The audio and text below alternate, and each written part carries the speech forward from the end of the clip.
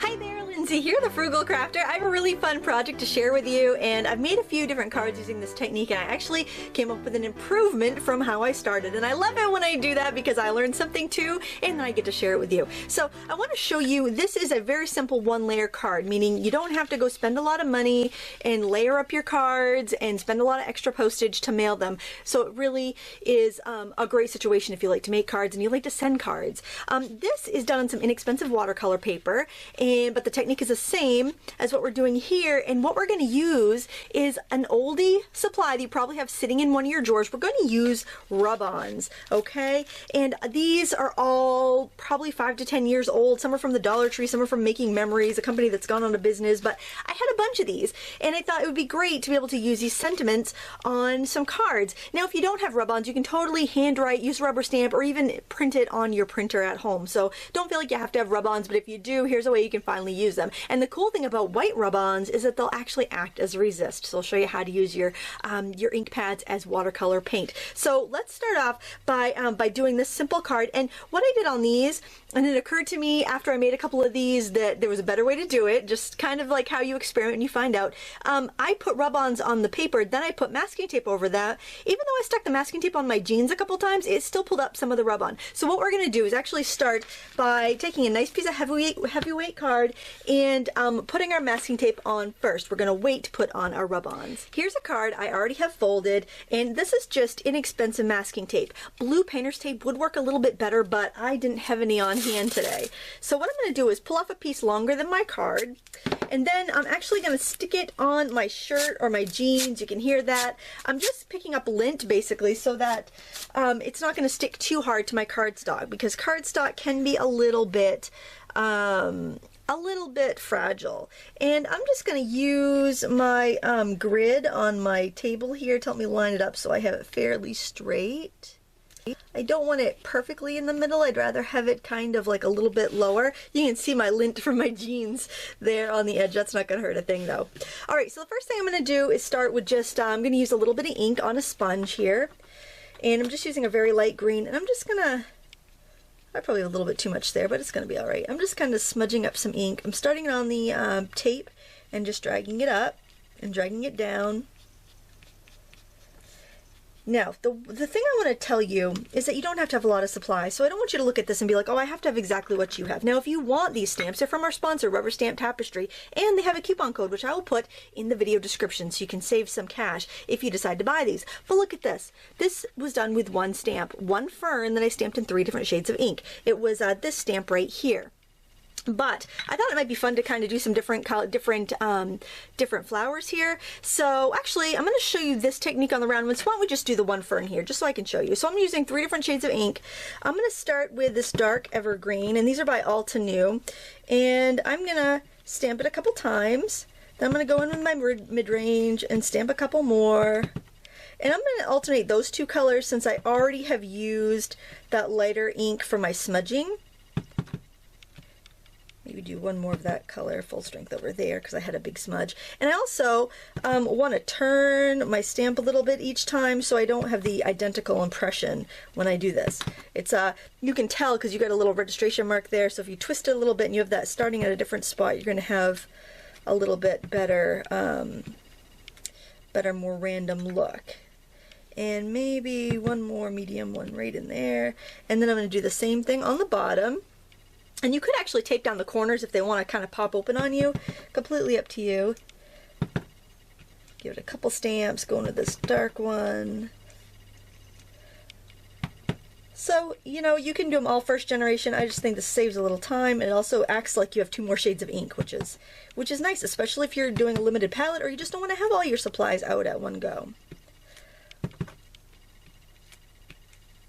And there we have that. So something else I like to do, I'm going to remove the tape here so you can see. So this obviously just takes a few minutes.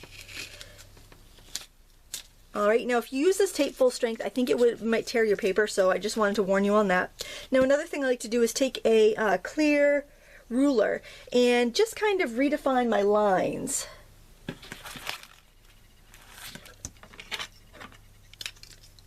Just going to line it up so that it is just a little bit, so I have just a hairline gap between my stamping and my white there, and I'm just gonna outline it. And I like to use a water-based marker because like a Sharpie or a Copic or an alcohol marker might bleed through, and these are one layer cards, so we want to keep it so that it looks nice on the inside. You also have to be careful to keep the back clean too. That's one of my challenges. I'm usually getting some smudge here or there, but you can always stamp a little flower on it. If you get a smudge on the back, it'll look like you did it on purpose. Whoops, I went a little fast there, so my ink wasn't too even. And you might need to wait till that ink is dry a little bit more. Sometimes if the ink's wet at all, the marker doesn't want to go. And now for our rub-ons, I've got quite a stack here, but I really like these, and these were actually from the dollar store, and I like that "thank you so very much," so I'm gonna just cut that off. So when you get a sheet of rub-ons, I really recommend you just cut out the sentiment that you want, because if you're trying to have this whole, if I tried to take this whole sheet and put it down and rub on the one that I want, I would be getting into my ink. Maybe if you have a super clean table, you can do that, but there's always a chance of accidentally rubbing off part of another sentiment when you do that. I don't know how easy it is to find rub-ons nowadays. I know they have some with like the wood finishing sections for home decor, but as far as like scrapbooking or card making rub-ons, I don't think they're as common, because they do have a little bit of a shelf life, but these are all older and they're all working fine for me. So then I like to start at one end and just rub it with a bone folder, or you can use a popsicle stick. I think that a bone folder is less abrasive, but it still seems to work. And then I could tell when I've rubbed it down because it will get a little bit lighter. I can see the word "much" is pretty well rubbed down. And if you get a rub-on that just will not release, you can try heating it with your heat tool. Sometimes that will help it release. And if that doesn't work, then that package is probably no good. So then you can throw it away in good conscience, if you know. But I really think it's important to use what we have, because that just saves more money to buy other things that we want down the road. And there's nothing like a good feeling like that you use something that was older. Now look, so now I don't have to worry about ripping up any of my letters like I did in this one. But still, I think they're both pretty, and I wouldn't feel bad about sending either of them. So that's very simple, clean and simple one layer card one. So the other version I want to show you is using a white rub-on.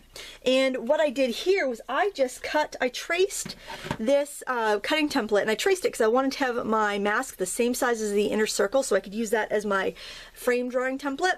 If I had used the cutters that came with this, I would end up with a slightly smaller circle, and my my ink line wouldn't line up perfectly. But I can always save this right in the drawer where I keep these and use it again. So yes, I cut it by hand. I know some of you guys are looking at me like I have two heads because I have a cutter and I cut it by hand, but that's how I roll. And now I'm just going to stick this down here. All right, and then we're going to build, I'm going to go over just a touch so I have a little more room on the side. And then we're going to build a scene using several colors and several stamps. So we did it with one stamp, so that's a great quick and easy technique. And now we're going to play with some other designs. So again, I've told you before my theory. I like to do my biggest, I'm like filling, I'm putting rocks in a jar, and I'm going to go in with my biggest thing first. I love these, I think they look like pansies to me, or actually petunias. That's what they look like to me, petunias. And I'm doing them in Lilac Posies, which is a color by Memento, but you can use whatever you like. I like to use my mini ink pads when I'm doing the peg stamps because I feel like I can have more options on my table at once. And so these are the ones that I take like when I go scrapbooking or I go to a stamp show or something. These are just my little, or if I'm stamping upstairs in my office where I don't have a lot of storage room, these are what I use. And I'm just stamping it off camera onto a baby white when I change colors. And I'm doing a few of these. You don't have to put as many as I am, but I want some random there. And then I think I'm going to put in some nice big leaves, and I'm going to do these in evergreen. And I don't want to put too many in there. And you can turn it too so that you just get one leaf kind of tucking over if you want to. Now I think I want some ferns, and I'm going to do those ferns in that forest glade maybe. I'm not sure. I can't really read the writing on that container. It's a little scripty and tough to read. Put some of those in there. Those are pretty, aren't they? So it's kind of like the technique for making a wreath when we're going over something like this. And sometimes I'll kind of cheat, and like if I just want, like I'll just kind of rock my stamp a little bit so I don't stamp the whole thing. And that's just those things, once you get used to these stamps, you can really be creative with them. And I made a little mistake there, so I'll stamp something on top of that to fix that overstamp there. And let's do another little one over here. We'll tuck that back there. Hope it's not boring, but most of you guys say you prefer to have the longer videos with more information versus me just trying to do something quick. Now I think, oh, you know what? There's a really pretty little vine here. I think we'll do some of those in the dark evergreen color. I like those because I can kind of sneak them in here and there because I can use just one leaf on the side, or I can get the whole vine in there. And of course, take your time. I'm trying to be mindful of your time and go quickly, but don't feel like you have to work as fast as I do. And then I am going to use my little sponge in that light green ink, and just anywhere I feel like I want a little bit more fullness, I'm going to go ahead and just kind of start on my post-it note and just drag it out, and that's just going to give me a little bit more fullness. And just for a pop of color, I'm going to use some yellow. I like this bright flower here, and we'll do a few more of these yellows wherever we feel like we need a little something. And balance it out. Just try to keep it balanced as you go.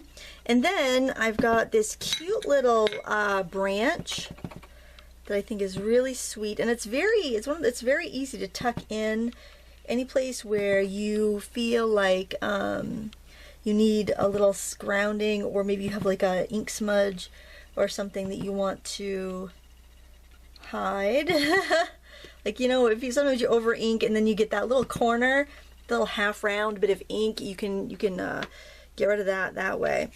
All right, now I'm going to go ahead and put my rub-on in the middle, and I've got this one here that says Laugh With Me, which I think is really fun. Let's just set that right there, just like we did before. And this is a watercolor paper base that I'm using. You could use cardstock, but I thought I'd use watercolor paper since I am going to do a resist technique with this rub-on, and I'm going to be getting the paper wet, a little bit wet, not too wet, but just a little bit. So you could totally use cardstock. So you just have to, you know, kind of peek under there and check to see. It does take, it's harder to rub the rub-ons onto watercolor paper. So this will just take a second here. So just peek under and make sure that you don't see any white on there, so that's nice and clear and my rub-on is transferred. And then before I do anything on top of the resist there, I want to trace my outline because that ink should be dry. I just kind of center it up as good as I can. I'm trying not to get my head in there, but I just want to make sure that I've got that lined up. And then I'm going to go back in with my black marker. You can actually use any color because I haven't even used any black in this. I used black in the other one just to kind of keep it the same as my rub-on. We'll go around twice. There we go. So we got a nice border there. And now what I'm going to do is actually use my ink for watercoloring, so I'm sure that I have the same colors. So I'm just going to grab a clear block, and I'm going to grab this Lilac Posy color because I like it, and just press it on there so I have that watercolor now. And I'm going to just use a brush. I don't want a ton of water, just a little bit. And I'm just going to paint over there, and you'll see the rub-on resist my ink. Just a really fun technique. And then something else I like to do is do a little ink splattering here. I don't need a ton. I just think that adds a really pretty touch. You could do a couple different colors, maybe some green here.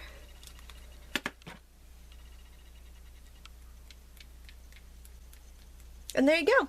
There's how you make some really cool cards with rub-ons and stamps, and best of all is they're all one layer, so you don't have to pay extra postage. They're quick and easy to make, and they're so much fun. I think this would be also a really great project to try with the kids. Let me know what you think in the comments below, and I'd love it if you checked out our sponsor, Rubber Stamp Tapestry. You can find them online at pegstamps.com, and don't forget to grab that coupon code in the video description so you can save your some money on your next order. Thank you so much for watching. Until next time, happy crafting.